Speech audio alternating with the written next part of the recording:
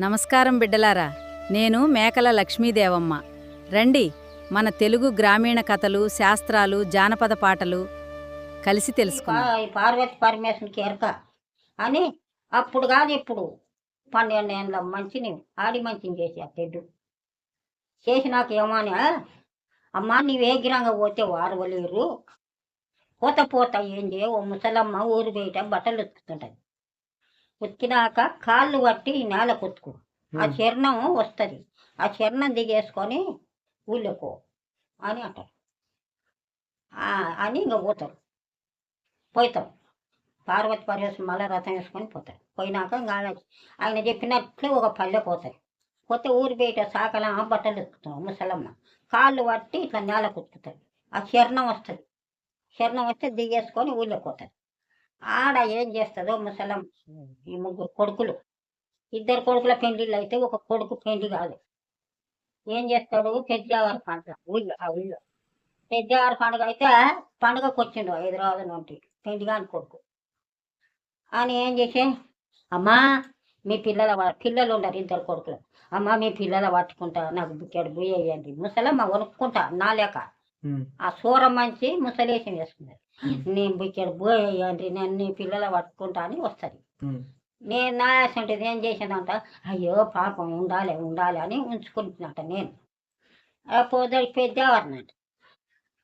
పెద్దవారు అయితే అమ్మ మేము దీన్ని వచ్చి వారం తినాలా, పై కోసుకోము సన్నానా కోడన్లు అన్నబట్టని.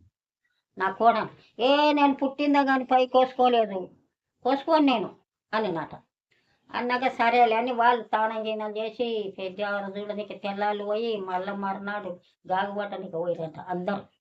ఈయనేం చేశాడు, చదువారి పెండిగాను మీదేనా చదువుకుంటా కూర్చునేనట. నీలాక కూర్చుంటే వాళ్ళు అక్కడ ఓనిచ్చి కోడన్లో కొడుకులు ఇద్దరు, కోడన్లు కొడుకులు అత్త మామ అక్కడ వంగ చూసి ముసలమ్మ ఏం చేశానంట, ఆ చరణం తీసి గూటానికి వేసానంట. స్నానం చేస్తున్నట్ట జాలాటిపట్నం. స్నానం చేస్తే ఇంట్లో ఎవరో సపోర్ట్ చేస్తున్నారు, చదువుకున్నవాడు ఇట్లా గవాసులంగా తంగేసి ఇచ్చినట్టు. అబ్బో బాగా చూడచక్కని చీర అంట. అబ్బో మళ్ళీ ముసల్దానిలోకి వచ్చింది కానీ ఏం చేసేసి చూసానంట గవాసులంగా. చూసి దబ్బున స్నానం చేసి చీర రైతు కట్టుకొని మళ్ళీ ఎప్పటిలో చరణం దిగేస్తానంట. ముసల్లాక నాలేక చేసి గుర్ప పట్టుకున్నానంట. ఇంట్లోనే కూర్చుందంట. ఆయన అన్ని చూసినంట మీ దేని నుంచి పెంటిగాను చూసి వాళ్ళు గాగు చూసి ఇంట్లోకి వచ్చారంట. మాపకం అయ్యో రాకేష్కు పెళ్లి చేయాలమ్మా మరిదికి, పెళ్లి చేయవద్దమ్మా అని అడిగారంట. నన్ను చెయ్యాలి మళ్ళా 5 రోజుల కాంట వచ్చింది పెళ్లి చేయాలి, చేయకపోతే ఎట్లా అని అంటే నీవే ఉండి ఏమంటాను, ఇంట్లో ఉన్న ముసలిదాన్ని చేసుకుంటా అన్నారు.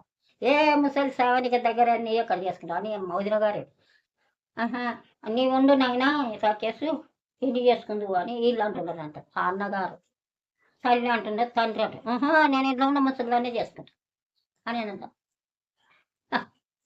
అంటే ఏం చేసినాక ఎంతమంది పిల్లలు మాట్లాడినా వాళ్ళన్నాను ఇంట్లో ఉన్న ముసలిదాన్ని చేస్తా అని.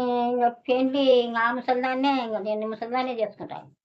ఆ ముసలి పై కోసుకోదంట, చీర కట్టుకోదంట. అట్లే కూర్చున్నా నాకేం చేయ ముసలిదానికి పెళ్ళి వద్దబ్బా అంటున్నా.